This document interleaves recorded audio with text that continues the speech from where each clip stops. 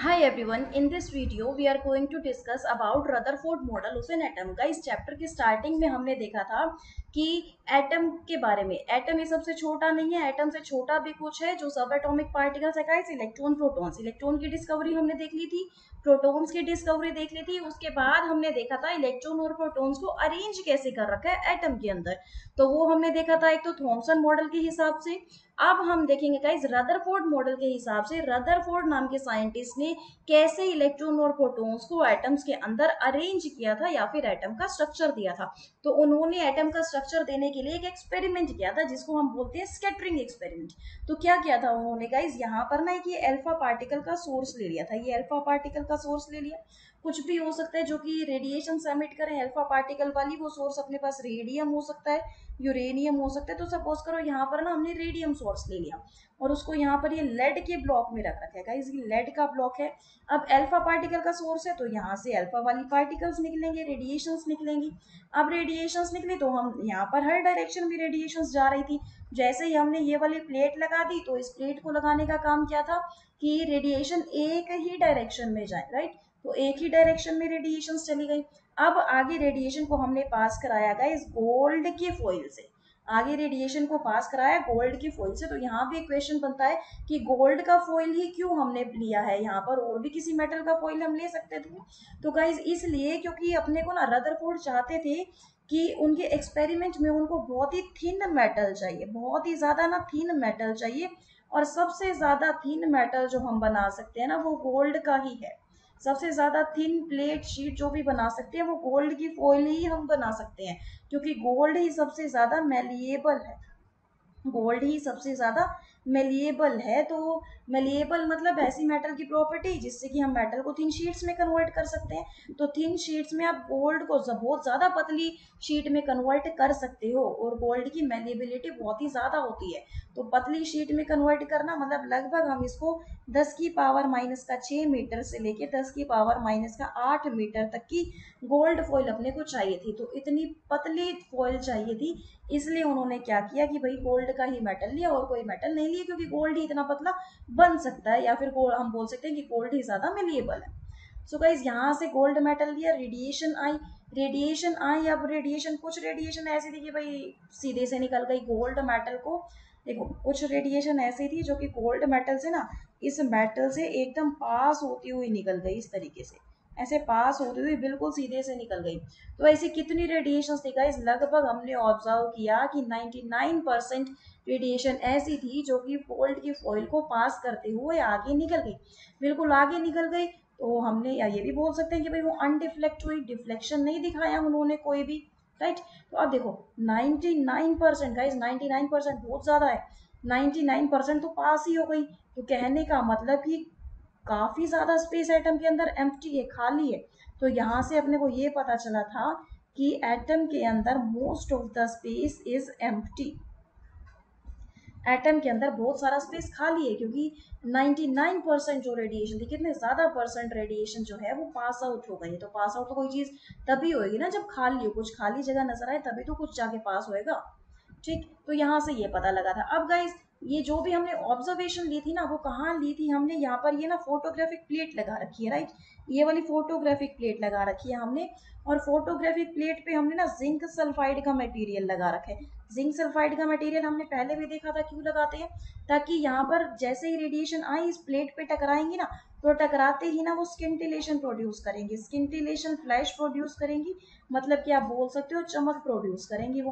तो जहां जहां भी वो चमक प्रोड्यूस कर रही थी वहां वहां हमने उसको ऑब्जर्व कर लिया। कैसे, माइक्रोस्कोप के थ्रू ऑब्जर्व कर लिया। और माइक्रोस्कोप कैसा है, ये मूवेबल माइक्रोस्कोप है। तो कुछ रेडिएशन ऐसी अपने को ऑब्जर्व हुई कि वो सीधे से ही निकल गई थी, बिल्कुल 99% तो खाली निकल गई थी, एकदम पास आउट हो गई थी। तो यहाँ से हमने पता लगाया कि सबसे ज्यादा स्पेस एटम के अंदर खाली है तभी तो पास आउट हो रही है। नेक्स्ट हमने देखा और ऑब्जर्वेशन क्या मिली थी कि small fraction of alpha particle got deflected through small angle. बहुत ही कम अल्फा पार्टिकल्स ऐसे थे जो कि ना स्मॉल एंगल से डिफ्लेक्ट हो रहे थे, बहुत ही कम अल्फा पार्टिकल ऐसे थे जो कि स्मॉल एंगल से डिफ्लेक्ट हो रहे थे, लाइक ये वाले आप समझो। और देखो एंगल हमने कहाँ से लिया है, यहाँ से अल्फा पार्टिकल्स आ रही हैं, अल्फा पार्टिकल आ रही हैं तो आप इसको ना डायरेक्ट एक सीधी लाइन ले जाओ, राइट। अब सपोज इस वाली रेडिएशन था, ये जो यहाँ पे डिफ्लेक्ट हुई है, तो यहाँ से सीधी लाइन से ये वाला एंगल देख लो आप, इसको हमने माना ये मतलब कि एंगल मान रखे, तो ये स्मॉल एंगल है। ऐसे यहाँ पर ये 90 डिग्री हो गया, ये वाला जो ये वाला एंगल हो गया ये 90 डिग्री से भी ज़्यादा हो गया, ये वाला एंगल गाइज 90 डिग्री से भी ज़्यादा हो गया। तो गाइज हमने ना यहाँ से ये ले लिया लाइन, और यहाँ से जो भी डिफ्लेक्शन हुआ है वहां से फिर हमने एंगल मेजर कर रखा है। तो अपने को ये ऑब्जर्व हुआ कि small fraction of alpha particle got deflected through small angle. Small angle से डिफ्लेक्ट होने वाले जो भी अल्फा पार्टिकल है वो बहुत ही कम है, बहुत ही कम है जो कि स्मॉल एंगल से डिफ्लेक्ट हुए हैं। सो गाइस इसका मतलब क्या है, अपने को इससे क्या रिजल्ट मिल सकता है कि देखो डिफ्लेक्ट तो हुए हैं, डिफ्लेक्शन तो हुई है ना, सीधे तो नहीं गए, सीधे गए थे तो हम बोल सकते हैं कि स्पेस खाली है। अब डिफ्लेक्शन हुआ है तो इसका मतलब ये है कि एटम के अंदर जरूर कुछ ना कुछ भारी सी कोई चीज प्रेजेंट है, जरूर एटम के अंदर कोई भारी सी चीज प्रेजेंट है इस तरीके से, जिसको कि रेडिएशन आई है, रेडिएशन बिल्कुल इस तरीके से आई है अल्फा पार्टिकल, और यहाँ पर बिल्कुल यहाँ से टकराकर और ये स्मॉल एंगल से ऐसे डेविएट हो गए, राइट। तो आप बोल सकते हो रेडिएशन यहाँ से आई और यहीं पे टकराई, बिल्कुल इसकी इस पॉइंट पे टकराई है, और यहीं से फिर स्मॉल एंगल से वो डेविएट हो गई है। तो ऐसे पार्टिकल कौन से थे, बहुत ही कम अल्फा पार्टिकल्स ऐसे थे। अब देखो, अब क्योंकि ये इस तरीके से रिपेल होकर गई है ना, आगे भी नहीं गई है, अट्रैक्ट भी नहीं हुई, बिल्कुल देखो यहाँ से आई और वही वाला पाथ ले लिया, कहने का मतलब रिपेल हुई है। तो रिपेल होने का मतलब क्या, यहाँ पर जरूर इसके अंदर जरूर कुछ ना कुछ पॉजिटिवली चार्ज पार्टिकल प्रेजेंट है, राइट। क्योंकि अल्फा पार्टिकल भी अपने पास पॉजिटिव चार्ज है, तो पॉजिटिव चार्ज और इसके अंदर भी कुछ पॉजिटिव चार्ज होगा, पॉजिटिव पॉजिटिव मिलकर रिपेल करते होंगे, तभी जाकर ये कुछ रेडिएशन इस तरीके से गई, राइट, स्मॉल एंगल पे गई है। ठीक, एक चीज ये थी। तो नेक्स्ट अपने पास है कि एक और ऑब्जर्वेशन अपने को क्या मिली थी, वेरी फ्यू, बहुत ही कम पार्टिकल ऐसे थे, बहुत ही कम, आप मानो कि 20,000 में से भी कुछ एक ही पार्टिकल ऐसा था जो कि आया और ना बहुत ही बड़े से एंगल से डिफ्लेक्ट हो गया। कहने का मतलब इस तरीके से आया है, यहाँ पर ऐसे आया है अल्फा रेडिएशन और बहुत ही ना बड़े एंगल से डिफ्लेक्ट हो गया, बड़े एंगल से मतलब ऐसे डिफ्लेक्ट हो गया, ठीक बात है। यहाँ से आया और यहाँ पे ऐसे डिफ्लेक्ट हो गया, ये वाला बड़ा एंगल। तो यहाँ पर आप देख सकते हो, मेजर कर सकते हो, ये एंगल बड़ा है। तो यहाँ पर बोल सकते हो वेरी फ्यू, बहुत ही कम ऐसे पार्टिकल्स थे जो कि बड़े एंगल से डिफ्लेक्ट हुए थे, और कुछ एक तो ऐसे भी थे वो भी बहुत ही कम थे, बिल्कुल माइन्यूट 0.01% थे ऐसे पार्टिकल्स जो कि बिल्कुल यहाँ से आए और जिस पाथ से आए थे उसी पाथ से वो वापस डिफ्लेक्शन शो कर दिया उन्होंने, जिस पाथ से आए उसी पाथ से वापस चले गए, मतलब डिफ्लेक्शन शो किया 180 डिग्री का। तो यहाँ इस चीज से क्या पता लगता है गाइस, जिस पाथ से आए वो, तो कहने का मतलब सपोज करो ये एटम है, एटम के बिल्कुल यहाँ से क्या हो रहा है, ये अल्फा पार्टिकल्स आ रहे हैं, अल्फा पार्टिकल आ रहे हैं तो बिल्कुल इसके ना बीचों बीच ही टकराए होंगे, ये अल्फा पार्टिकल बिल्कुल इसके बीचों बीच टकराए होंगे, और यहाँ उनको ना कुछ हैवी सी चीज नजर आ रही है, बीचों बीच टकराए हैं, तो कुछ हैवी सी चीज यहाँ पर है जिसकी वजह से इन पॉजिटिवली चार्ज पार्टिकल का और इसके अंदर भी कुछ पॉजिटिवली चार्ज पार्टिकल है, दोनों का हो गया डायरेक्ट कोलिजन। यहाँ क्या हुआ है गाइस, डायरेक्ट कोलिजन हुआ है, बिल्कुल डायरेक्ट कोलिजन हुआ है यहाँ पे, और डायरेक्ट कोलिजन होने की वजह से पॉजिटिव पॉजिटिव रिपेल कर देंगे, तो यहाँ डायरेक्ट कोलिजन होने की वजह से बिल्कुल इन्होंने जिस पाथ से आए थे उसी पाथ से ये पार्टिकल्स वापस चले गए हैं। सो गाइज अपने को अभी इस एक्सपेरिमेंट में ये ऑब्जर्वेशन थी, इनसे ये पता चला है कि एक तो ये जो 99% रेडिएशन बिल्कुल पास आउट हो गई है, इसका मतलब ये कि बहुत सारा स्पेस खाली है, तभी तो 99% गुजर गई है इसमें से, तो खाली स्पेस में से ही गुजरेंगे, तो ये ऑब्जर्व हुआ। नेक्स्ट हमने देखा कि भाई स्मॉल एंगल से अल्फा पार्टिकल डिफ्लेक्ट हुए हैं, ये वाले बहुत ही कुछ पार्टिकल ऐसे हैं जो स्मॉल एंगल से डिफ्लेक्ट हुए, स्मॉल एंगल से डिफ्लेक्ट होने का मतलब बिल्कुल यहाँ कुछ भारी सी चीज प्रेजेंट है एटम के अंदर, और भारी सी चीज प्रेजेंट है तो अल्फा पार्टिकल बिल्कुल यहाँ इसके ऊपर से टकराए हैं और टकरा के फिर ये रिपेल हो गए हैं, रिपेल हो गए हैं, तो इसलिए अपने को पता लगा कि इसमें कुछ पॉजिटिव चार्ज पार्टिकल भी प्रेजेंट है इस चीज के अंदर।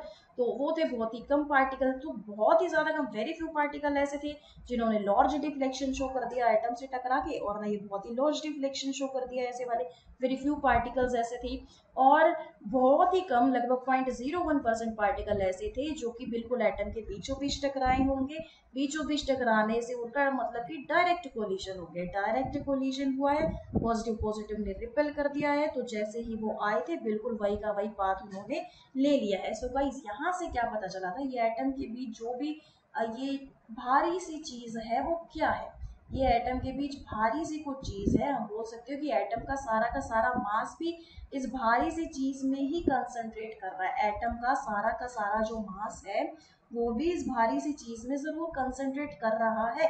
तभी डायरेक्ट कोलिजन यहाँ से होने पे कुछ बहुत ही कम पार्टिकल्स जो थे जो कि वापस के वापस चले गए। तो वो चीज क्या है? वो चीज थी गाइस अपने पास न्यूक्लियस।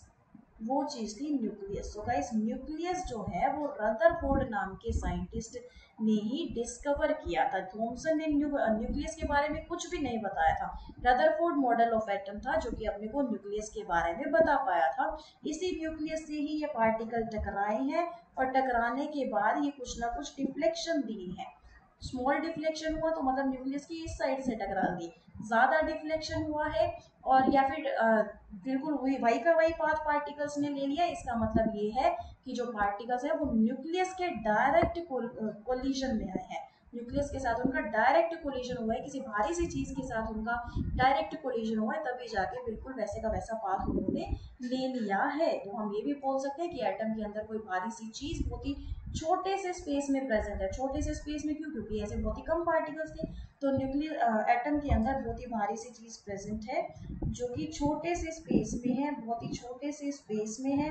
और आप बोल सकते हो कि सारा एटम का सारा मास जो है इसी चीज पे कंसंट्रेट करता है।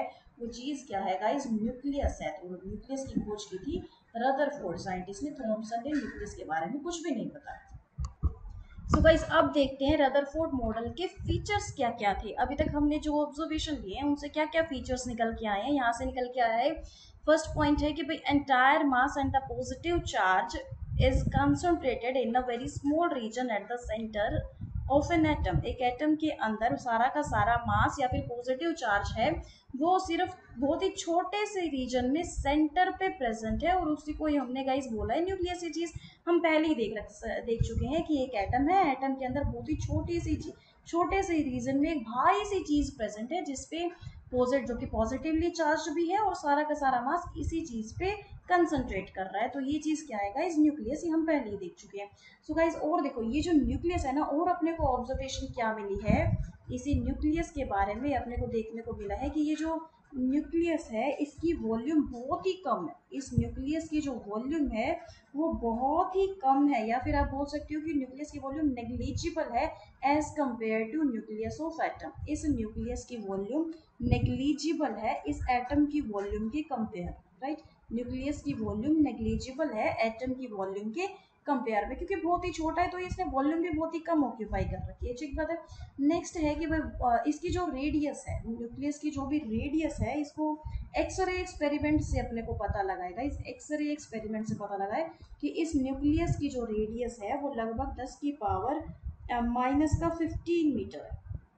न्यूक्लियस की रेडियस 10 की पावर माइनस का 15 मीटर है और जो एटम की रेडियस है वो है गाइस 10 की पावर माइनस का 10 मीटर।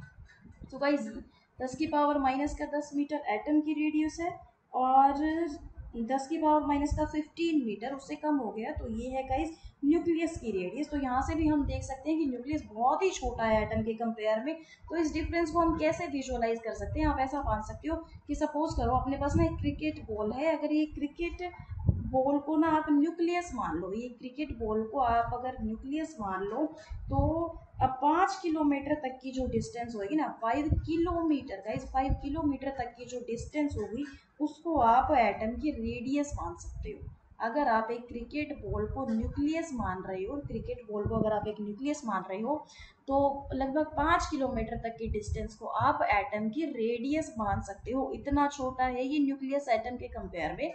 तो इसलिए हमने बोला वॉल्यूम भी न्यूक्लियस की नेग्लिजिबल है एटम के कंपेयर में, और जो रेडियस है न्यूक्लियस की वो भी बहुत कम है as compare to that of atom. Right, next point है अपने को पता चला कि पॉजिटिव चार्ज जो है ना न्यूक्लियस का, ये रदरफोर्ड ने ही बताया था कि पॉजिटिव चार्ज की वजह से ही रिपेल कर रहे थे अल्फा रेडिएशंस, तो डिफ्लेक्शन शो कर रही थी। तो वो जो पॉजिटिव चार्ज है न्यूक्लियस का वो किसकी वजह से है गाइस?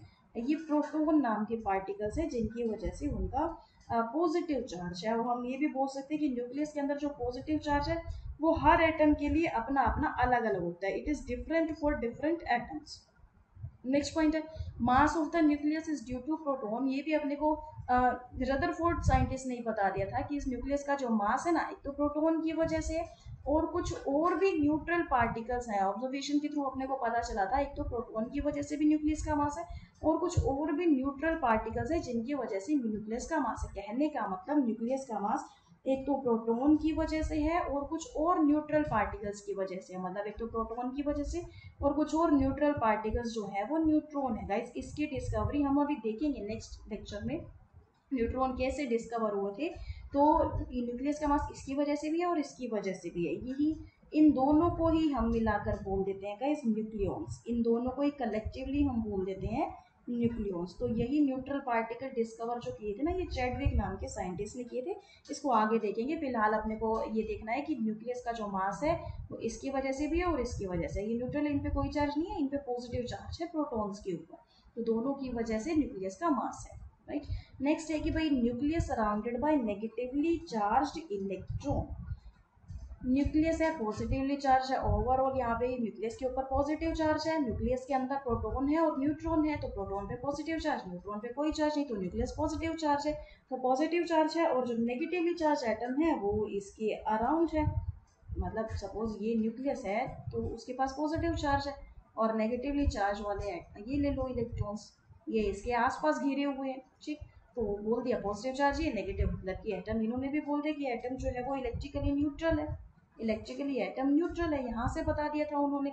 नेक्स्ट पॉइंट दिया कि इलेक्ट्रॉन जो है ना वो स्टेशनरी नहीं है, मतलब रुके हुए इलेक्ट्रॉन्स नहीं है, बल्कि वो न्यूक्लियस के अराउंड, इस न्यूक्लियस के अराउंड बहुत ही हाई स्पीड से रिवॉल्व कर रहे हैं। न्यूक्लियस के अराउंड वो बहुत ही हाई स्पीड से रिवॉल्व कर रहे हैं, बिल्कुल वैसे ही जैसे कि प्लैनेट सन के अराउंड रिवॉल्व करता है। तो इसलिए हमने इन इलेक्ट्रॉन्स को बोल दिया है कि बिल्कुल कंपेयर किया है, बिल्कुल वही प्लानिटरी इलेक्ट्रॉन्स भी बोल दिया इनको। जैसे कि प्लैनेट सन के अराउंड रिवॉल्व करता है ना, बिल्कुल वैसे ही इलेक्ट्रॉन रिवॉल्व करता है न्यूक्लियस के अराउंड बहुत ही हाई स्पीड में। तो इसलिए इन इलेक्ट्रॉन्स को हमने प्लानिटरी इलेक्ट्रॉन्स भी कह दिया है। नेक्स्ट है कि यहाँ पर अपने को पता है पहले ही 99% जो रेडिएशन थी वो पास आउट हो गई थी, गुजर गई थी, मतलब most of the space in atom is empty, मतलब बहुत सारा स्पेस जो है वो एटम के अंदर खाली है। तो ये था guys Rutherford model of an atom.